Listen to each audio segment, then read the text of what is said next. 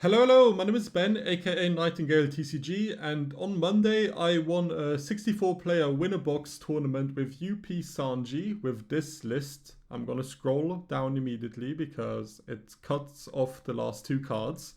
And I played this list, I played 6 rounds, and today in this video I'm gonna go over all 6 of them, commentate over the gameplay, let you know my thoughts about each of the matchups and specific moments in the game, and hopefully you guys can learn a little bit from it. At the end of the video I'm gonna talk about this deck list in further detail and give reasoning behind each of my choices. So if you're interested in that, then stick around until the end.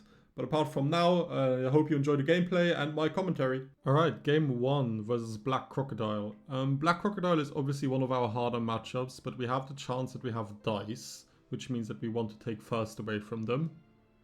This hand is a tricky one because we have a Search and a Red Rock, which typically is a keep, but it was... Unless we hit a Sanji of the first Search, it just isn't good enough, and this mulligan is like a million times better. We already have a Sanji and a buff burst in hand. We have two more, we have 2 searchers. On the first search we can grab ourselves another Sanji, so there's not really much to complain about. We put the Concassé to the top because we always want to put counter to the top if we can, at least the top 1 or 2 cards depending on whether like how the search targets or the gianting into them would work. He plays a searcher, and he immediately plays a Miss Wednesday down. I don't think you should do that because you can get punished with things like Culverin, where I can just bottom deck the Miss Wednesday and then you lost the resource. And most of the time you will be able to simply just play the card like the Miss Wednesday out on the same turn where you would want to use it. Obviously on 4 Dawn, maybe he was hoping that he could immediately have a Bonclay into a Mr. 1, but even then, with our Sanjis usually being just 5k at that point already, typically the Mr. 1 plus the leader swing is enough to get rid of the Sanji, and even if it's not, making us pitch 2 cards is typically worth it. We are lucky that he did not find a Bonclay on his 4 Dawn turn. Like, that makes the matchup a lot easier for me, but he's been searching a ton. So he's probably, like, I felt like he was sculpting his hand quite well. We now top deck the Culverin, which is perfect because I want to use that to get rid of this Miss Wednesday so that he doesn't have one active. I search here, I think about the Brushhead Blow because Brushhead Blow is a very important card in the matchup because it allows us to remove Miss All Sundays in an easier, like in combat, rather than feeling like we have to red rock them. He counters this early swing, like he countered both early swings, which is also, I don't know, it's an interesting approach. I personally wouldn't do it with Crocodile. I don't think you are that afraid of Sanji like rushing you down. I know sometimes Crocodiles lose because they just simply can't counter enough, but I don't think Sanji is one of those matchups. We find Buff Burst in the top, which is really nice. The annoying thing is I really like Rosi and Law in this matchup, and we had to just bottom deck it, which is unfortunate. We also currently don't have a 1-drop to play alongside this Jozu, which means that he isn't really live because I don't want to bounce my Sanji back into my hand with the Jozu. But yeah, just the position we're in. He's thinking a decent amount on his turn, which makes me feel like he doesn't have a clear-cut play, and he does actually only have a Mr. 5 to play, which is not good, and we are even lucky enough to now draw into a pudding, which means that we now have a 1-Dawn target to play alongside this Jozu, which means we can bounce the Mr. 5 back to his hand, keeping the board clear, which is really, really strong. The only downside right now is that we don't have an event that we can use leader ability on because we have too many cards in hand to use Buff Burst, and we don't have a Sanji in the trash to cheat out with Stealth Black. So we kind of lost value on 1 turn.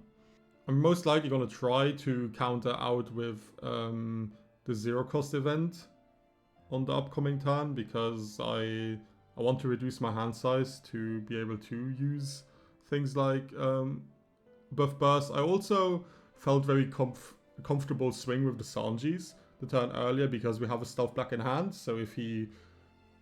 Like, basically on this turn, if I don't swing with Sanjis and he plays a Miss on Sunday, then he gets to rest the Sanji anyway and swing into them.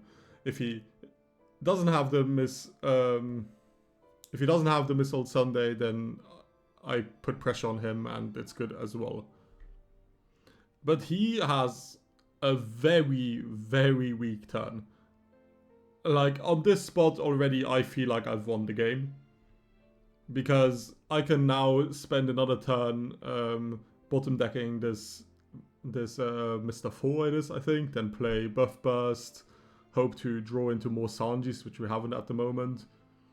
If we even had like another 1-drop, if I hadn't pitched the pudding, I could have potentially even played like this other Jozu that's in my hand. But for now, we're just going to take this turn to put on a bunch of pressure and get him into lethal range. And he has to counter this, and I'm just thinking about how much Donner I want to actually keep up.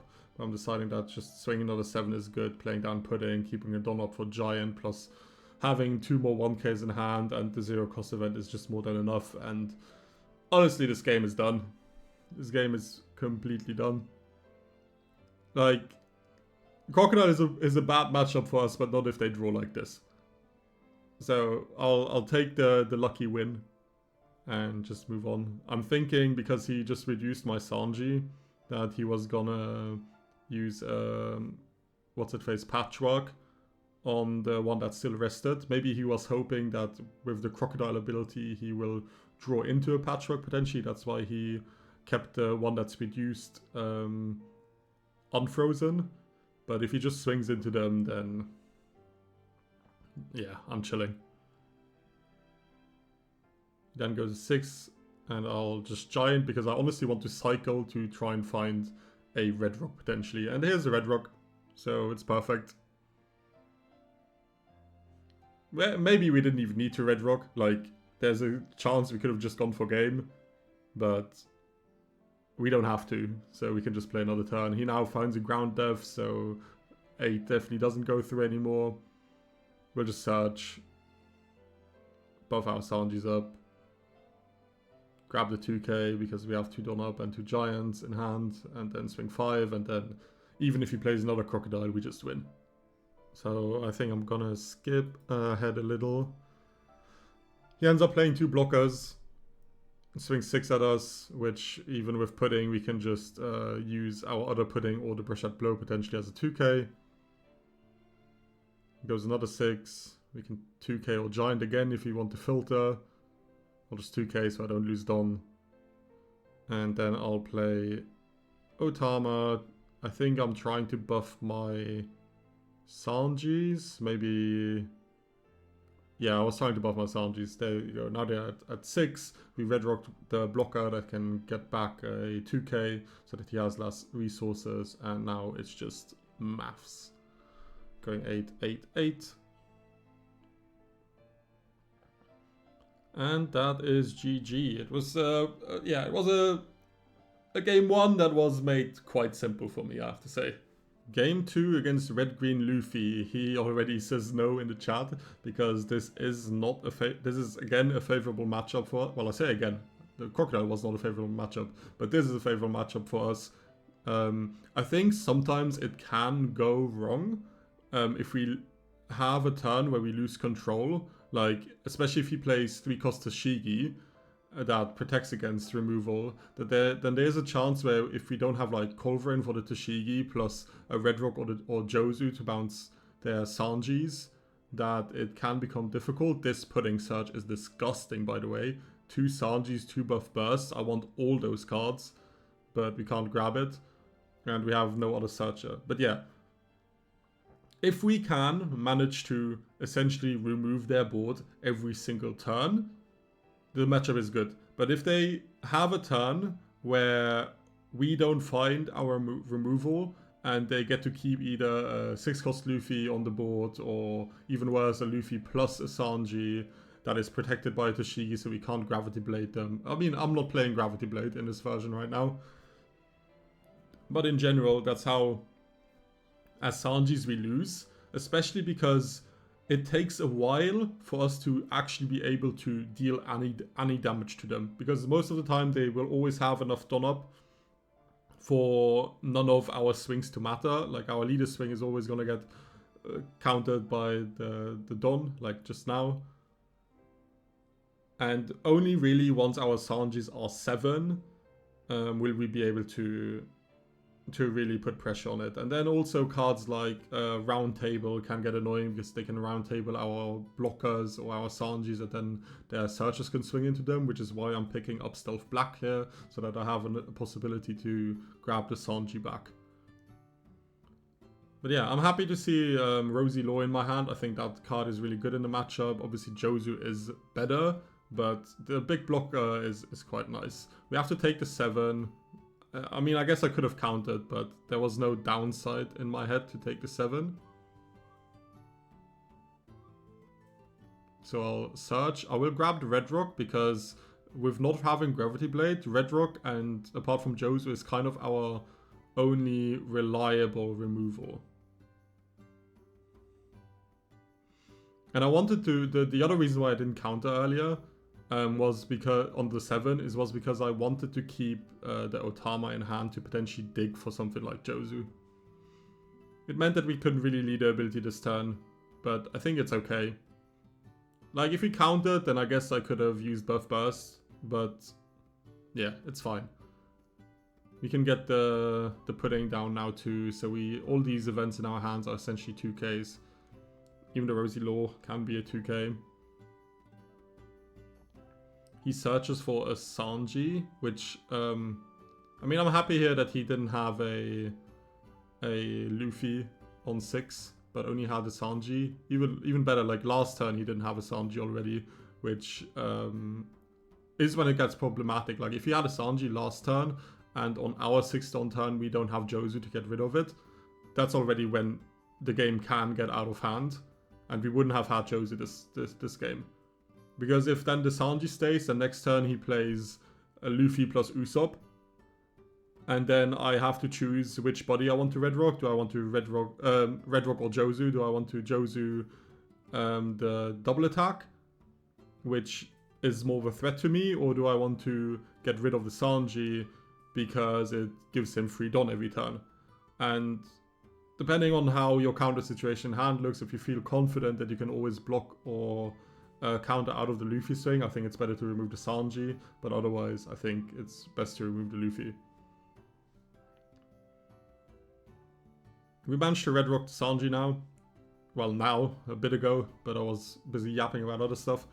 Which is good, and now we have a Jozu in hand, which is even better, because this Luffy coming down means it's not going to stay down. And we have the puddings on the board. He now plays a Nami and rests my blocker pudding, which annoys me, but I guess we have to let it go. At least this is not a... Well, I guess the Nami is better for him than the Usopp, really.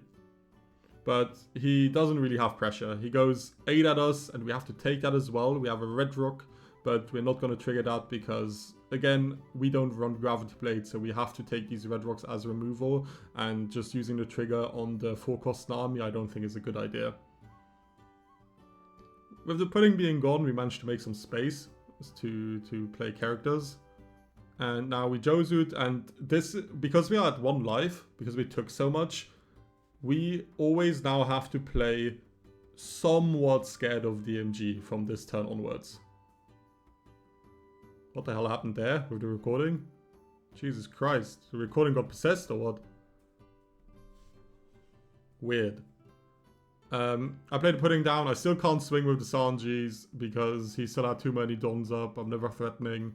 And he just plays the same exact play where he plays Luffy into Nami. He's going to rest the pudding again to get rid of it, which means both our blocker puddings are gone, which is just annoying. And then he goes 9, and I will just... Will I giant this? I think I'll giant this to cycle.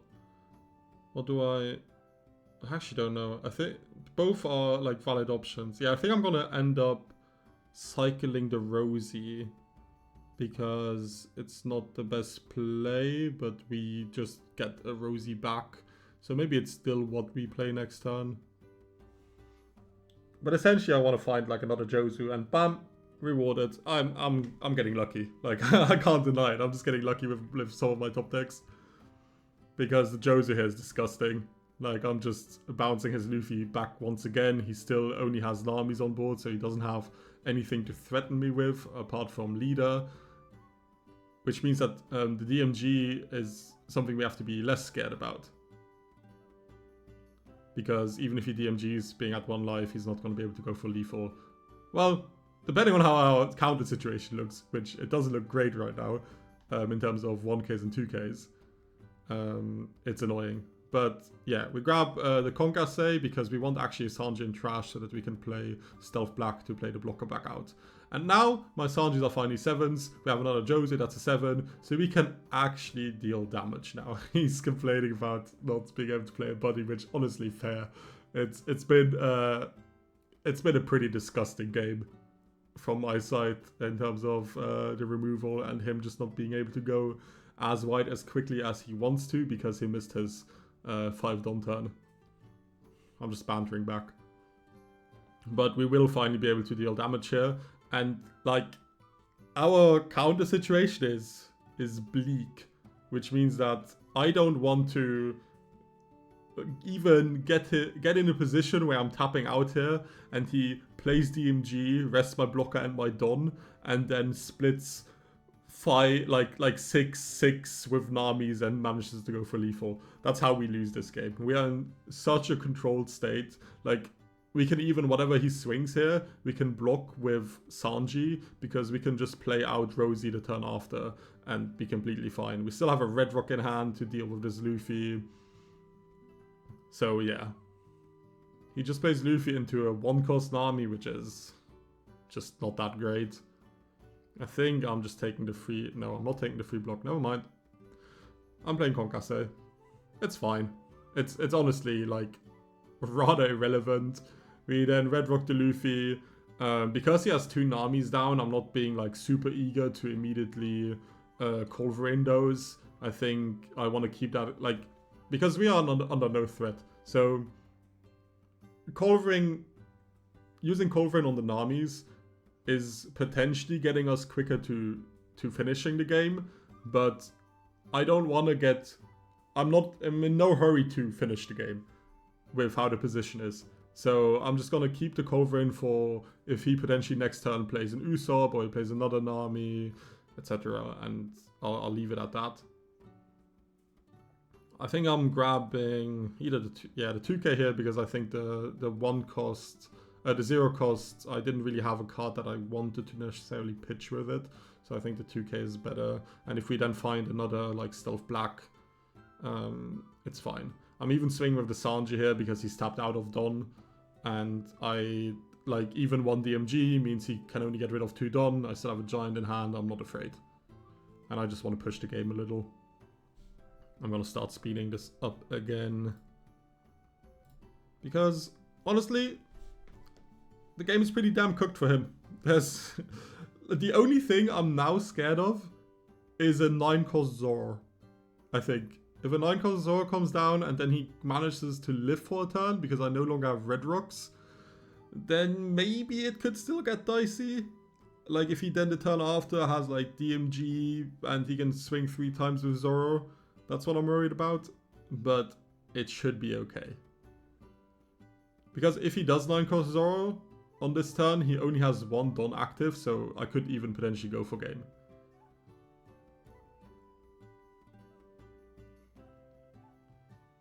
Search more, we find Buff Burst just to fuel up our hand again. We'll use it here. Just double checking that I have 7 cards in hand and don't mess this up. And then I can even play Rosi Law down, draw another card, get another Don active again, and just play it slow and controlled. No need to rush. Okay, I'm also always swinging in a way where if he would want to use Charleston, it becomes more annoying for him. And he tapped down to below 2 Don, so he can't use Charleston anymore, so we can pressure a bit more again here. I'm just being careful. I'm wondering, is there any way I die if I get my 2 Don tapped next turn with the MG? But there isn't, so I'll just pressure here. And we still have the Culverin in hand. If we need to, if we feel like we can use it to go for game next turn, we will.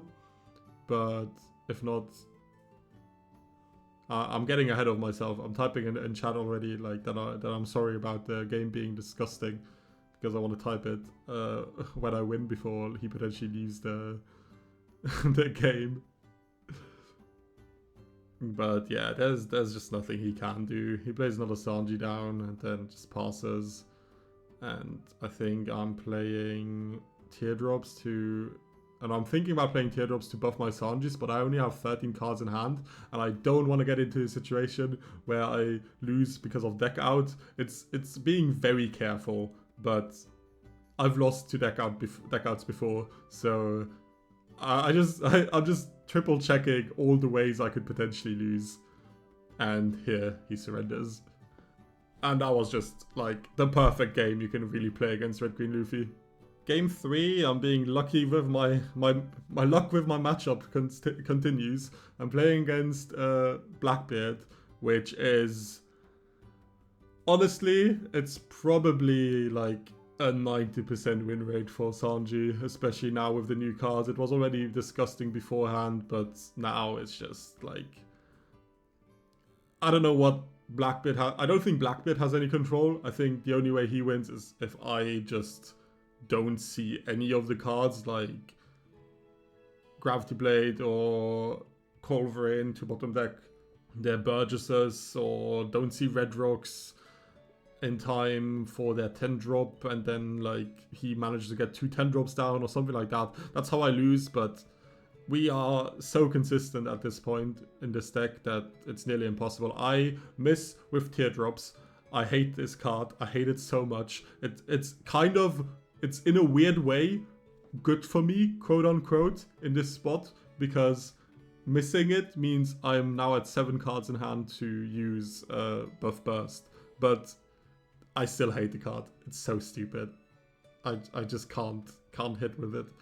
And now the only cards we can also play in hand are even more Teardrops, and I'm like just sitting there praying, please don't whiff again, please don't. And now we get to grab a Sanji. We have another Buff Burst in hand, so we don't need to prioritize that. I think... Do I grab a 2k here or a Giant? Because I already have a Giant in hand, I think I'm just going to grab the 2k. Just to have something to counter out with, because our counter situation is a bit bleak. We only have Jozu, so getting a 2k I think is smart. Always forget to speed the game up. It's his turn, he goes 6 at lead, so I'm happy already that I grabbed the 2k, and if I would have Stealth Black in hand now, I could even play that out. And he did not use Leader ability here, which means that I could potentially play Jozu to bounce this Burgess back into hand, but I'm deciding that just playing 2 Sanjis, because I top deck a second Sanji, plus Culverin, bottom decking the Burgess is better, and I think it is. It's just more of a tempo play. He searches, reveals Kuzan. I think the 5 at whatever he swings at me here, I'm just always going to take. 7 even better. I'm not triggering that because I have a Sanji in trash to play out. And he even black holes my standing Sanji, which means even more that I'll just stealth black that Sanji back. I'm going 7 here first because I want to minus the Don to get a Sanji out so that my Rosi, because he again didn't use leader ability to shut off my on plays, so that the Rosi gets to use its effect, so I get to draw a card and restand it on. Because Rosi is just a better play here than Jozu, and bouncing back one of these Caribous that doesn't do that much. And it seems like he doesn't, especially seeing how he plays in a way where he doesn't want to bottom deck, to shut off my on plays. I think keeping this Jozu in hand for now is good as well. He still doesn't shut it off. He even grabbed Black Hole earlier, but he didn't use it to get rid of my Sanji. Maybe he's gonna try, like his plan is to use it to get through my blockers or something. But yeah. We have a Culver in here, we could use it to get rid of the Caribou if we wanted to. Otherwise, we can just play another Rosi, wait for a turn and just chill. He gives me a triple 1k here, which means I'm just gonna decide to swing a 6 because it's pretty stupid. And I can very likely just play Culver in here and go for it. But if that one Don is up and that's a ground death, then I can't go for it. So I'll just play Rosi and wait a turn. There's no harm in it. He goes 8, I'm gonna block 1k. Or just use Konkase, either or. Doesn't really matter. He's gonna play Kuzan out, plays the Shiryu back. We can just Culver in that. And then win the game. Again, third game, very easy matchup. Sometimes you get lucky with what you're getting paired against. It's part of card games, and this is GG. And he did have the ground death, so I don't think I could have gone for game there. I don't know, maybe. He gave me like a bunch of 1k, so he probably didn't have 2ks in hand, so I probably could have, but better safe than sorry, yeah?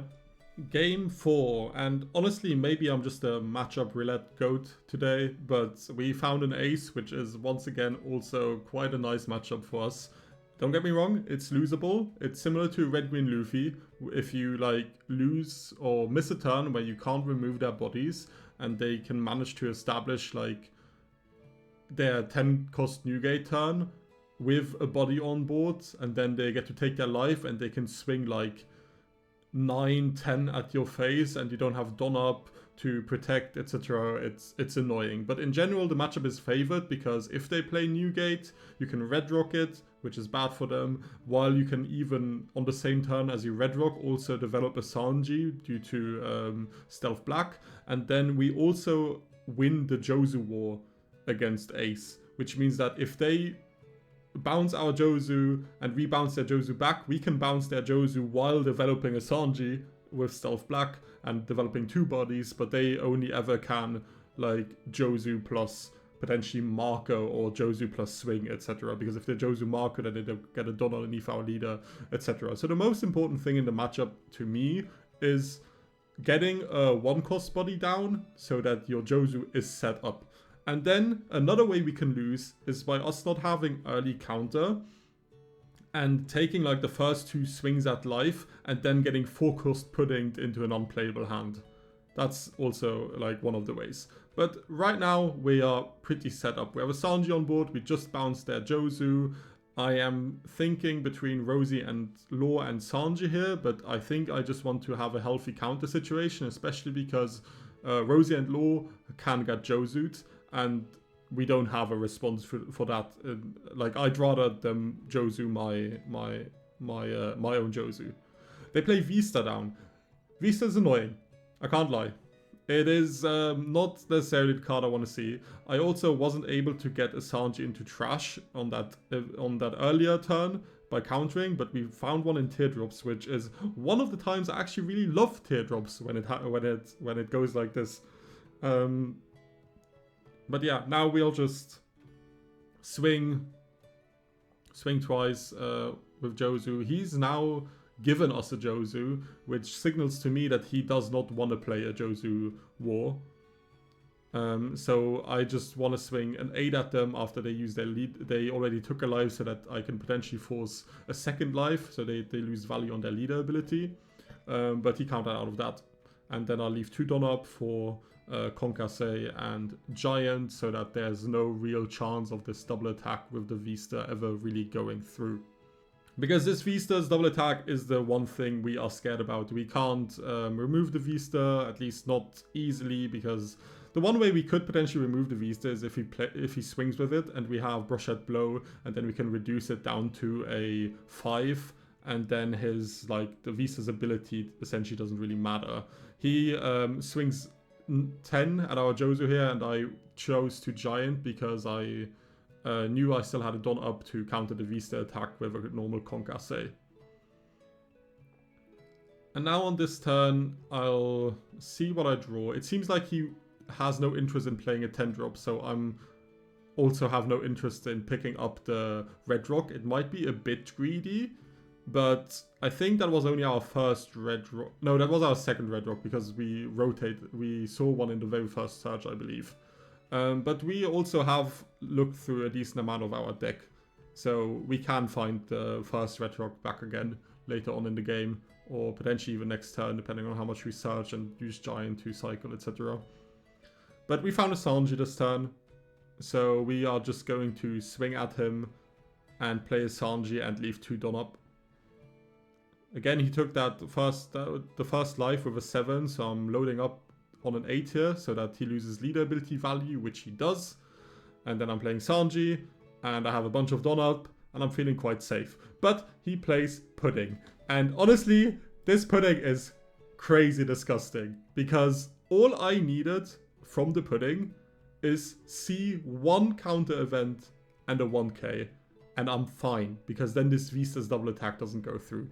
Now, I have to think about whether I want to give my entire hand to this Vista double attack, and then he can potentially split 5 onto Garb, and then go 7-7 with Yamato and Ace, and then I have to pray that I find a event out of life. If I take this, he can go 7-10 with splitting with Yamato and leader, and then the 7 I would have a 2k 1k for, but again for the 10 swing with Ace, then I have to pray that I find a +4 event out of these 2 lives.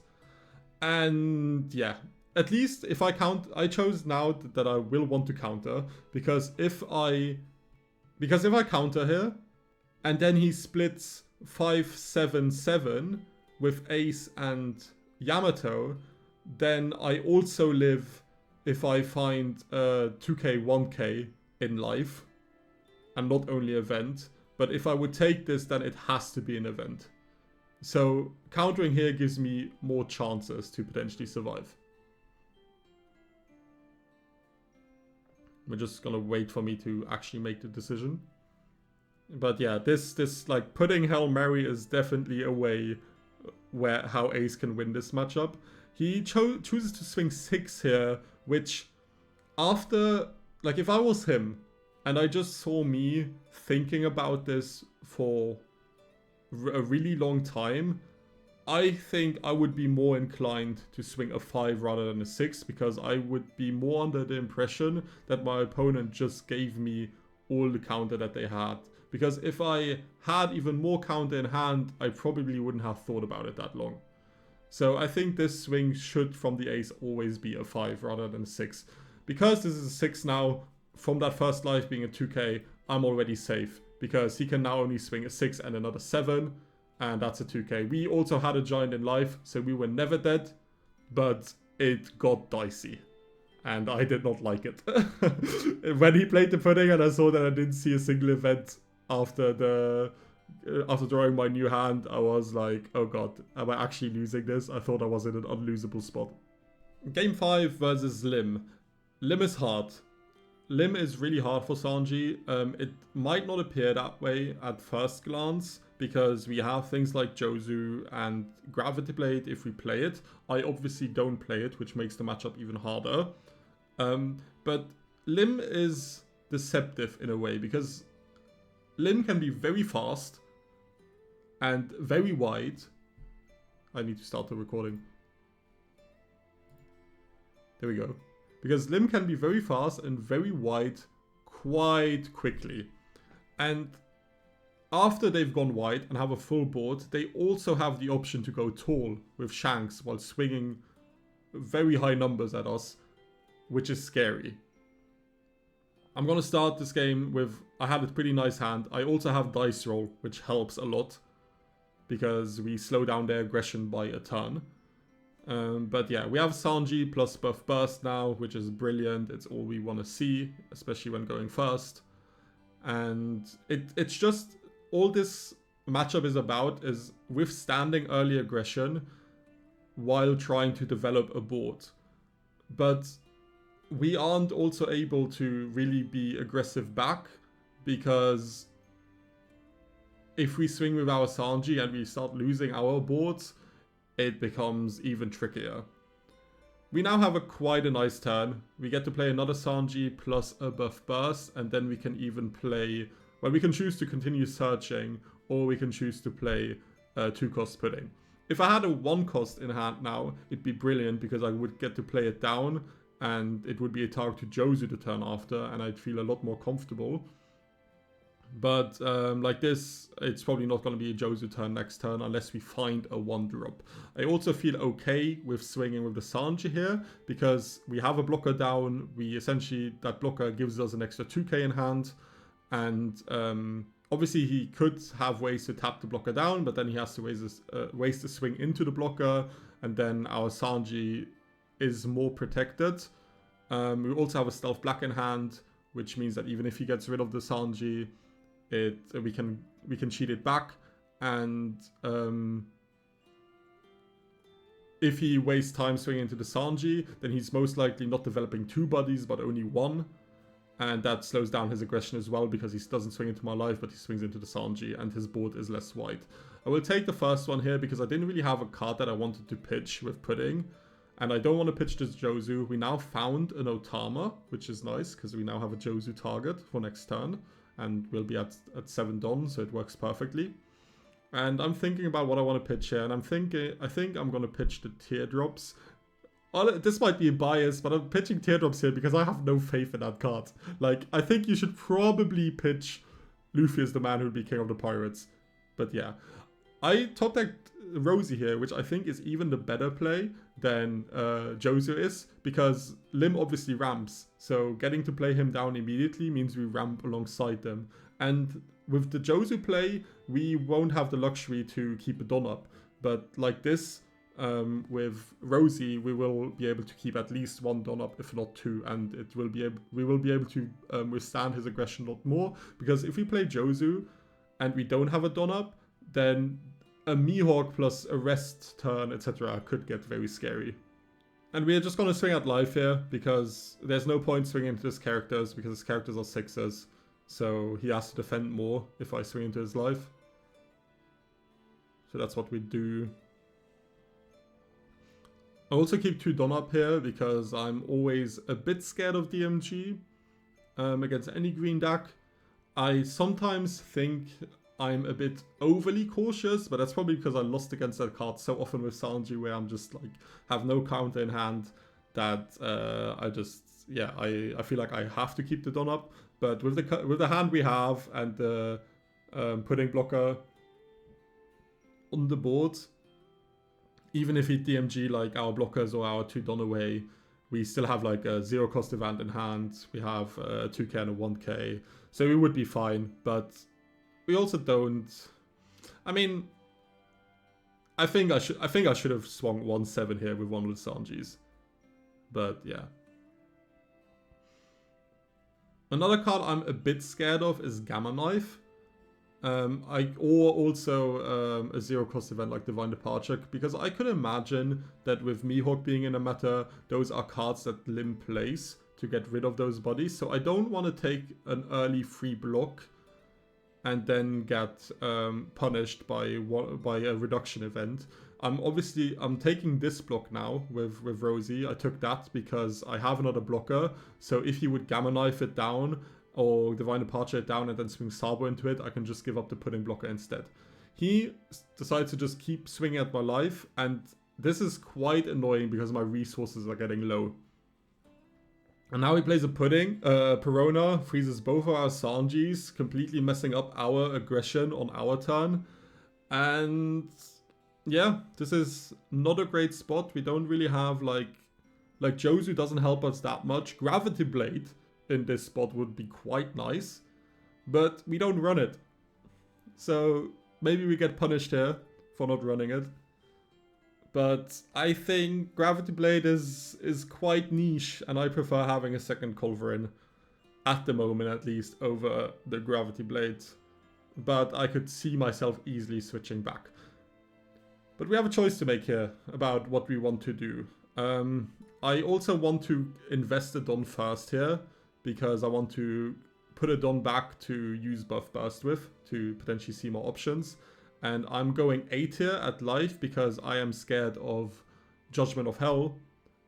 But what I did not think about is slow beam, resting my blocker. And now I'm even more uncomfortable because I have a blocker gone. I have another pudding lying there. I am very vulnerable to DMG right now. So I'm keeping 4 Dawn up, making absolutely sure that DMG probably doesn't kill me. I haven't done the math or anything, but if he DMG's pudding plus my one of my dons here, I still have... I mean, my hand is essentially as much counter as it can be. I have a target with Jozu to giant away. We have a 0 cost in case we draw into bricks. We have 2 more Concassés and the rest is 2Ks. So I don't think I can die here, but the buff burst drew us into more counter as well. So the slow beam surprised me and caught me off guard a little. But I also don't think there's a way to really play around it. Like, I don't think swinging with Rosi first in case he has slow beam is correct. Because I'm just... Like, it's better for me to say, do you have it? Rather than giving him the benefit of resting the blocker myself and then... and then just not get... And him not having it and then getting punished for it. Him swinging a bunch of low numbers here with 5, 5, 6 makes me think he has another Perona. And another Perona freezing 2 Sanjis again is quite disgusting. So it goes 7 here. I constantly have to do the math. I know that in the game I was constantly doing the math of whether I can take... of whether I die to DMG plus restand Mihawk and so on. And I am comfortable right now because DMG plus Mihawk doesn't get past the cards I have in my hand. I will now Giant because I want to see different cards for my next turn. And the 2 Concassés are still enough to get out of DMG plus restand.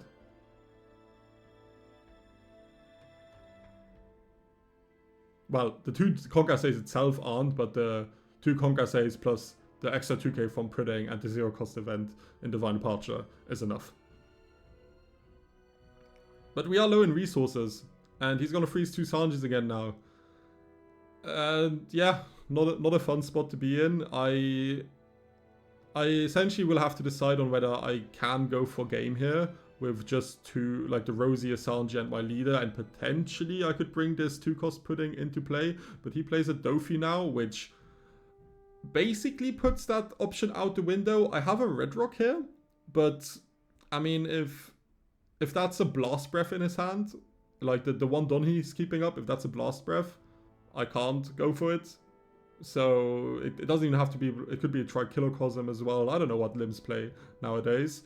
So I'm deciding that I will try to play another turn. And it's a bit risky, but my plan here is to try and get rid of 2 cards on his board. I'll play Buff Burst here, and then I want to play another blocker Sanji with Stealth Black and play another turn. With having 3 blockers in hand, having 3 blockers on the board, having a hand with 2 counters. I wish I had a Giant because currently, I mean, my hand is... I mean, the Giant is okay because it's not necessarily needed because my 0 cost eats up one of the bricks and then the Pudding effect eats up one of the bricks. So both my counterless cards in hand, the 2 Red Rocks essentially, are 2Ks. Because this Stealth Black is going to be used to replace the rested Sanji to play out a blocker Sanji. And then I hope he doesn't have a way to, like... I hope I'm forcing him to go for it this turn. And then to have it. I am not certain in this spot yet that I have it. But I'm going to take quite a while to think on this now, on this 7 swing. to go through all the permutations that this turn can have, and whether I'm allowed to block with this Rosi Law on the 7 here, and not die to DMG plus restand. And after I do a lot of thinking, I will come to the conclusion that I don't die to DMG plus restand, because if I block here, then 1-7 is gone. Let's say he uses 4 Don to rest both my blockers. Then he can go another 7 with the Dofi. Or he can, 4 Don are gone. Then he can go 5, 6, 8, 8. And 5, 6, 8, 8, I can use 5, 6, 8, 8, right? That's correct. I'd have to redo the math myself again now. Yeah, 5 means pudding effect. Then 6 means concasse. Then 8 means... Wait, am I dead to 5, 6, 8, 8? If he uses 4 Don for DMG. Then he uses 3 Don. Actually, maybe I am dead to DMG here. But in the game while I was playing it, I didn't think I was, if I block with Rosi. Am I cooked in the head? Yeah, the 5 I give pudding effect. The 6 I give 0 cost. The first 8 I give concasse. The second 8 I give concasse. I don't know what I was yapping about. I am fine to DMG restand. I had to trust my past self, not my current self re-recording. And now after the second 7, I'm now doing the math again. Like, if I use concasse here, am I dead to restand? And every time I come to the conclusion that I am not dead to DMG plus restand. Even if he like decides to rest both my Don or rest a Don and a blocker, all the scenarios I'm very certain I'm fine. I'm gonna try not to do the math immediately now. You are more than welcome to pause the video and do the math yourself and then correct me if I'm wrong, but I'm very certain I'm right and I'm not dead to DMG restand, because I took quite a while doing it while playing the game. But here goes 7 here. I will end up concassing that again, right? If I because if I concasse this, then if he uses DMG on both blockers, he can go 5, which I can pudding effect. And then if he uses a restand Mihawk, he goes 7, which I can 0 cost effect. So I'm still fine. This pudding on the board, just giving me an extra 2k is super clutch in this late game for me to be able to do the math. Because obviously, if he like rests the pudding and then he swings into it, for me to not be able to use the restand, then he's lost the swing, which is essentially the same as giving me an extra 2k in hand. But he's gonna try to now play Lim plus an L to keep his board, and I'm countering to like get new counter in hand and potentially survive another turn. I'm planning to use Red Rock here, but I top deck Usohachi, which is better than Red Rock to get rid of this Dofi. I would, if he had still a Don up, I would have used Red Rock instead of Usohachi instead, because I was seeing that he was playing that Odyssey event that was restanding the restanding characters. So resting the Dofi would have been bad if he had a Don up, because then he could restand the Dofi again and then it would be a blocker. But this way I'm just going 6, I'm going 8, 9, just escalating numbers and going for lethal. And GG, the 2 Peronas made it quite dicey for me, but we still managed to get there. Finals time, baby. Oh yeah, I forgot to record at the beginning here because I was nervous and I forgot to start OBS. What happened here? I think I mulliganed. Yeah, I mulliganed. You can see it in the chat. He mulliganed as well. And I played Let's Crash This Wedding and got a buff burst. And he searched with event and he actually misses on the event search, which already makes me happy. We don't have a Sanji, which is annoying. We missed a Rosi, which I really like in this matchup. which is fine though. And then we just try to search as much as we can because I just want to find a Sanji for next turn. And then I'll go 5 to ramp and I take one of his life. He then goes 5 at me. I will counter with Sanji here because my play next turn will be I want my next turn to be Sanji into Stealth Black into getting the Sanji out. There's a downside to countering with the Sanji here though, is that I don't go back down to 3 life, which means that the Otama isn't life. And I also want to get the Otama down next turn in order to have a target for Jozu. So I have to make a choice here, whether I want to prioritize getting the Stealth Black out of trash, or whether I want to prioritize the Otama drawing me cards. And I chose that I think the Stealth Black out of trash is better. It actually probably ends up being the exact same in terms of card advantage, because with Otama drawing, that goes neutral, but then the Stealth Black takes me a card out of hand because I would have played the blocker Sanji out of hand. But yeah, this is fine. Now I have an established board. I can Jozu whatever he plays down, and I can take even 2 life here if I really wanted to, depending on how aggressive he swings. But I highly doubt he swings with the Usopp because he just wants that Usopp to be there to generate him Don every single turn.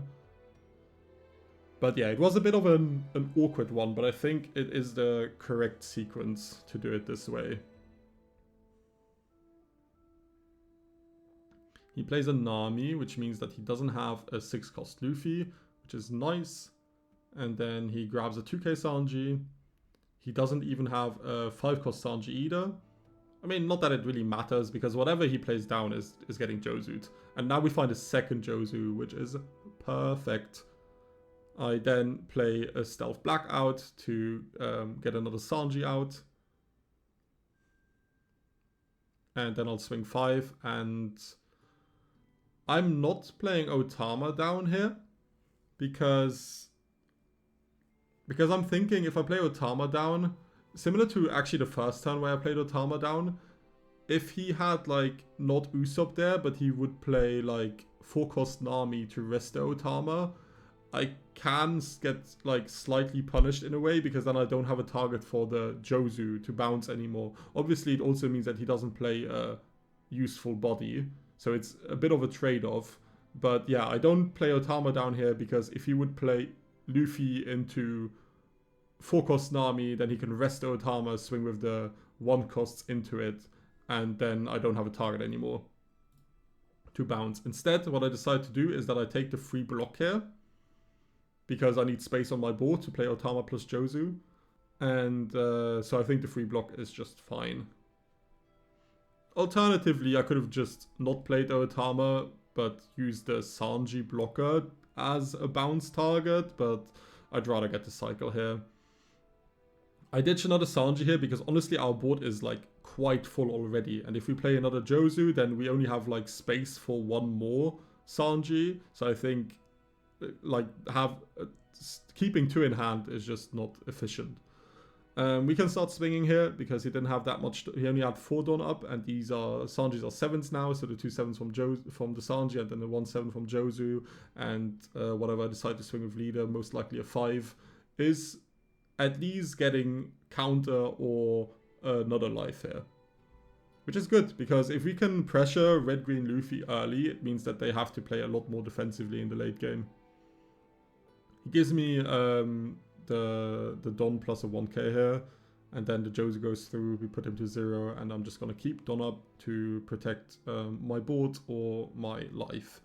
I am a bit like, what I would not like seeing here is a round table, but it doesn't seem like he has a round table. He's just going to go at our face. I'm going to counter the first 6, the second 6 I'll take because the last attack is going to be 7, and I just want to use either Giant or Concasse on it. Here I'll Giant because my next turn is gonna be Rosy Law, and if I Giant here, I'm actually below his Don already, so I can just play Rosy Law, get the active Don back that I'm technically missing at the beginning of the turn right now, and I get to cycle through my deck, which is also nice. I'm gonna start with Rosy Law here, and then now we're back in a game state where if he has an established board, like this Red Green Luffy managed to keep a board much better than the first Luffy I played against. But now with this double hit attack, I'm hyper aware of the MG again. So I'm just going to use the absolute minimum of Don that I have to use here. I could bottom deck this Nami with the Culverin, but I'm also keeping myself the option to Culverin one of the Usops instead of the Nami. It like depends on how he wants to defend here. Because it's most likely going to end up being the Nami anyways. Like, if he doesn't block, I'm going to bottom deck the Nami, because I don't want to be in a situation where he plays a second Nami and then there are two blockers there. I always want there to be one blocker, because I tend to have at least one card in hand that can get rid of one blocker, whether it's a Culverin or a Red Rock, or we don't play the Gravity Blade or an Usohachi to rest it. So one blocker is fine to deal with, two blockers is annoying. But if he takes the free block, like if he takes the early block with the blocker here, then I don't mind using the Culverin on one of the Usops, or to just keep it around really for the next Nami. Either is fine. He's thinking for a long time here, which makes me think that he's most likely just thinking about whether he wants to use Charleston or not on this turn, or whether he wants to keep it for another turn. And I personally would not use Charleston here, because you can block one. Like, if you use both Don here, then one swing, the Jozu swing, you can probably block, and then the swing after, you can either counter out of hand with Sanji.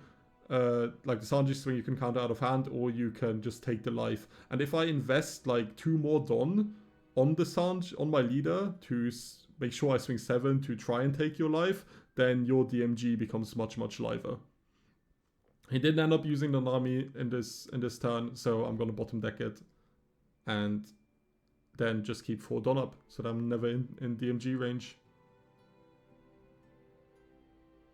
He plays a Garb down, he grabs another 6-cost Luffy, which he plays down, which means that he wants to play another turn. He did find another Nami. Currently we don't have an answer to that Nami in hand, but we have Searchers, we have Giant to potentially get there. We could keep this Otama around even.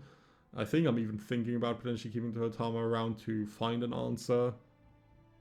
And also, I'm taking this life here because he still has a double attack to swing with. So, if I'm at 1 or 2 life, it doesn't make that much of a difference. It's always just one swing that I have to defend. And now he's going to swing 7, which I'll Giant here immediately. Thinking about what I want to get rid of. I kind of tend to also give myself the option to potentially Brushhead Blow this rested Luffy and play another turn and not try to go for game necessarily. But it depends on what he does. I'm gonna go 9 here. He takes the block immediately, and honestly, I think I can just go for game here, but I'm playing it nervous and overly cautious. So I'm gonna Brushhead Blow the Luffy, get rid of that if I can, because it's more difficult for him to defend his 4-cost body than for him to defend his life. I'm going to keep searching. I'll grab the Usohachi here just in case he has another Nami next turn. And then I'm not even pushing. I'm just swinging 7s, because 7s is enough to get at least 1 card out of his hand. And let's say he takes like any of these 7s, then I can always still load up on Rosi Law and go for game that way. But I'm like hyper respecting DMG in this game. It's finals. I don't want to misstep. I'm doing the math and I'm just like, whatever. If I like don't get put to 0 Don with me having 2 Giants plus a Teardrops, I'm never dying. I have only 2Ks and a 1K in hand apart from that as well. So yeah, I'm swinging 7 here.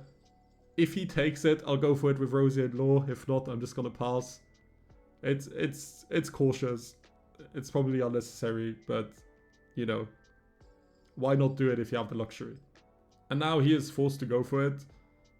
And I think the only way, I mean, there's no way for him to go for it here. I think the only way would be if I have like only 2 events in hand and the rest of my hand is like bricks or something, and then these 5s that he's swinging now are going through. But because I have counter for these 5s, I'm chilling. Oh, there's nothing he can swing here that can get through. Yeah, he swung another 5. He swings 8 with Luffy, and I'm just gonna take this one because I can. And then, because I want him to like load up here so that he has 1 less stun to use as defense. He can obviously just swing 9, which is fine. But I win the game next turn either way. Especially with this Usohachi in hand, because I can rest the Nami. He knows I have the Usohachi in hand though, so he's most likely just gonna block it on the first swing I swing. And yeah, I even have buff burst in hand, so I can minus a Don to bounce the Nami as well. I don't even have to play Usohachi. But I want to be as Don efficient as I can. So I'm going to swing 7 here, and if he blocks, I mean, yeah, if he blocks, I'm still just fine. And I think my Sanji is actually 1 away from getting buffed. Yeah, they are. So I'm using the event, and then I'm going 9 because 9 plays around Charleston.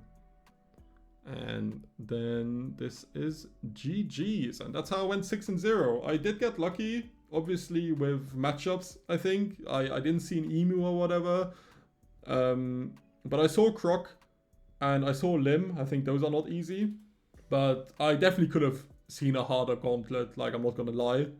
But yeah, but even with this list, honestly, I'm quite, like, even if I face an Emu, as long as I have dice roll, I'm quite confident now in the matchup too. Alright, let's go with some final thoughts. I definitely recognize that I got a little bit lucky with my matchup roulette in those 6 games, but you know, that's TCGs. Sometimes you'll have good matchups, sometimes you have bad ones, especially if the meta is as wide as this one. But in general, with this list, there isn't a single matchup I am incredibly uncomfortable with. Probably the worst one is Black Crocodile. Even Emu, as long as I have dice roll, if I can go second, I feel like I can win the game most of the time. Going first, it's obviously still tricky against Emu, but as long as you feel like you can beat the matchup, that's like all you want with Sanji.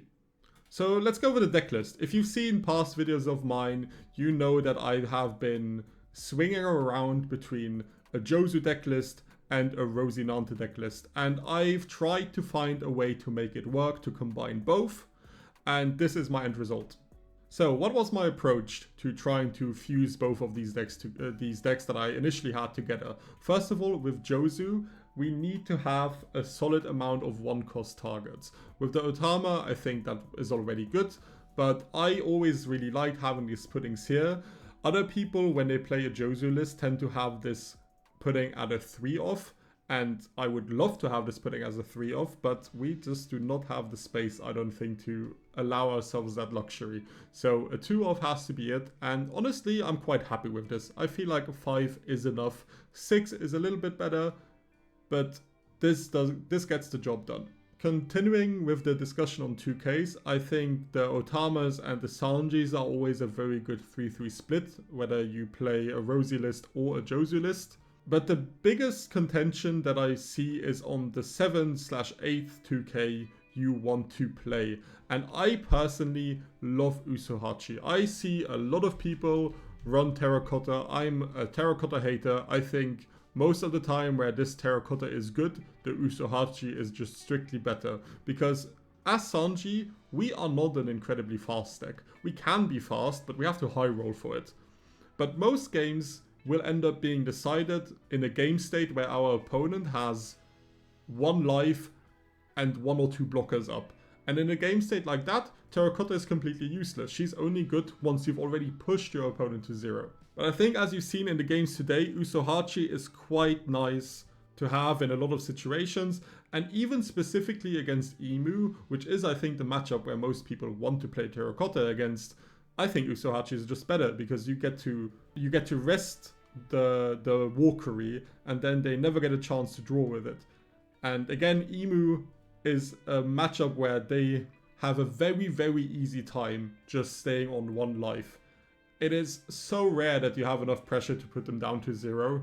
Like, it has to be a combination of your hand being godlike and their hand being completely useless for that to even be the case. So I personally don't understand why people play Terracotta. Usohachi is better, especially if you also play Let's Crash This Wedding, because then it becomes searchable. Obviously, I've seen people completely cut this event. I'm currently playing it at 2, and other people play an additional event of Teardrops and Stealth Black. But I'll get back to Teardrops, because fuck this card. You saw in the game, in one of the games it was whiffing, and I just hate the card. But it is absolutely needed to play to buff your Sanjis on key turns, where you are like potentially 3 events away and you need this Teardrops to mill another event, and then you can leader effect into a 3rd event, and then your Sanji is buffed. But that's the only time this Teardrops is good, and in very emergency situations to be used as counter. But I am honestly already debating of putting this Teardrops down to 2 and putting the Wedding up to 3. But at the moment, I like this. Anyways, let's go to the Rosi. Other people I see who are also playing a Jozu list tend to also play 2 of the 4-cost Reijus. And I don't understand why we would ever play this Reiju over this Rosi Nanta and Law.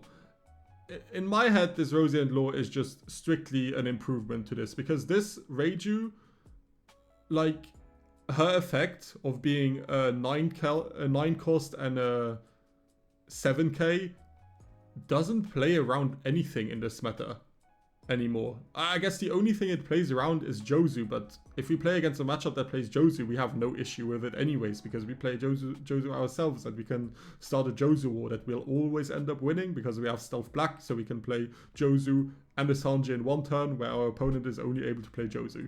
But yeah, this Reiju gets popped by Mars. This Rosi Law plays around Mars perfectly. This Reiju gets rested by 7-cost Shanks. This Rosi doesn't.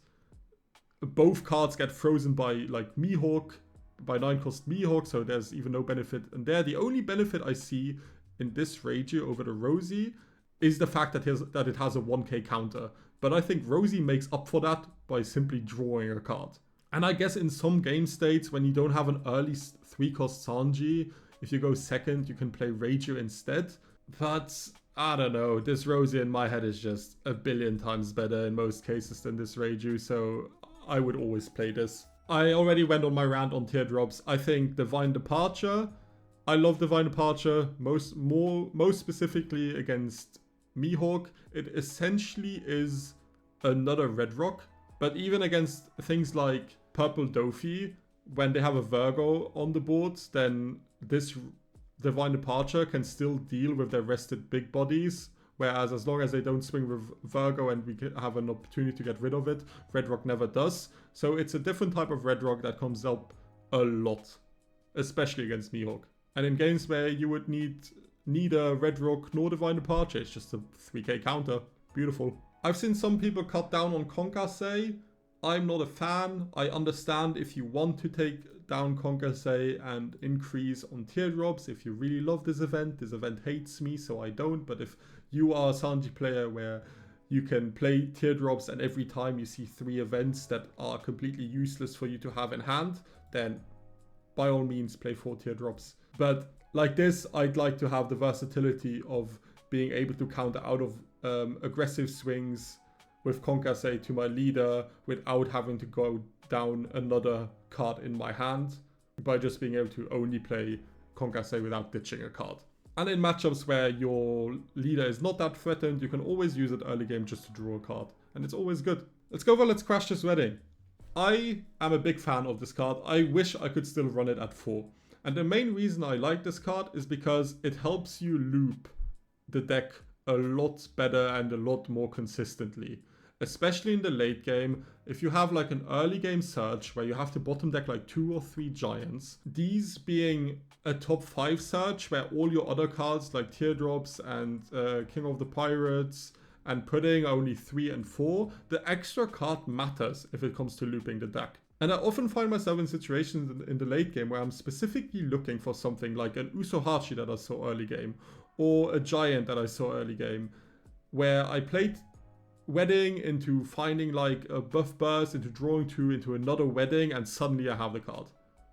that I'm looking for, even though it was at the beginning of the turn 13 cards down. I also think it's super valuable in the early game, because if you go second or first and you open up with one of these cards in your hand, but you don't have a 3-cost Sanji, I always much rather see this card in my hand than one of my other searches, because this can search me 5 cards down deep and the likelihood of finding another Sanji increases, rather than just seeing 3 cards deep. It also has a trigger, which sometimes comes up. Maybe once EBO3 is out and I start testing around with that, I will take this card out, but for now, I think you should run at least 2. Stealth Black, I've had this card on 3 from the beginning. I never feel like I want 4 of it. I never feel like I want to cut it down to 2. I think 3 is the perfect number.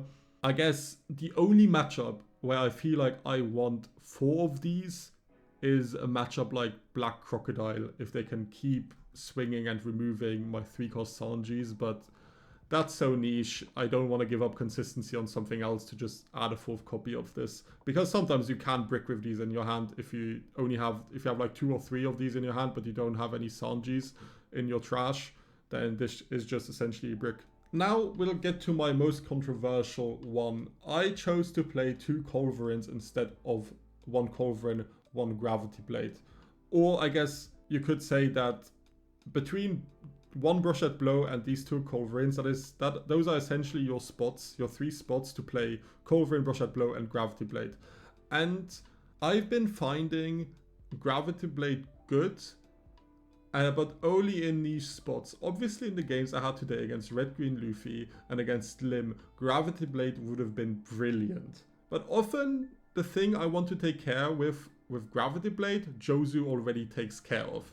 But the smaller threats like 4-cost Marco, or now that a lot of people are playing more Purple Yellow Rosinante, like the 4-cost Ramp Lore, Blocker Lore, or Jinbei if they play a bunch of pesky lower bodies. Those are bodies that I don't have the luxury or the time or the resources to remove with Jozu, and I'd rather invest a Culverin into them. And then also decks like Black Yellow Moria or Boa Hancock, I think Culverin is just a big difference maker in those matchups.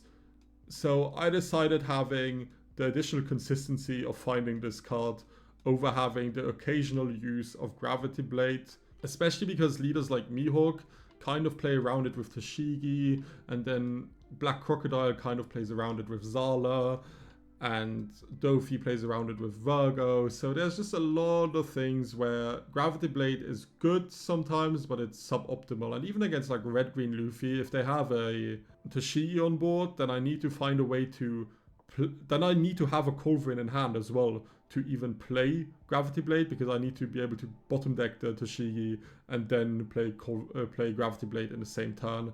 So if you have only 1 Culverin and 1 Gravity Blade, the likelihood of you having both in your hand just becomes lower. So that's why I'm currently playing no Grav Blade and 2 Culverins. And hey, I won against 3 matchups today where Gravity Blade would have been brilliant, but I seemingly didn't need them. So I feel like I've been validated in my opinion on it. Then I think 4 Buff Bursts and the 2 Red Rocks are pretty standard. And Brushette Blow, I'm never going to get rid of this card. I love this card. I think it's so good and into so many different matchups that as a one-off, I think it's amazing. And even in matchups where it's completely useless, you just use it similar to a Concassé where you lead a ability early to just cycle the card out and it's fine. And otherwise it's a Red Rock target. It's a Gungam Giant target. It's fine. This card is never bad. But yeah, that was my spiel on every single card in this deck. I hope it makes sense. If you disagree with me, then, well, tough luck. No, if you disagree with me, it's more than fine. I think this deck has, like, so many ways it can be built and it can be tweaked in specific ratios that you like to your specific game style, that I don't really think there's a wrong opinion to have if it comes to your deck building approach. So what I would recommend if you want to pick up this leader is try a few versions that have been tried and tested by other people, and then start fixing ratios in a way that feels comfortable for you.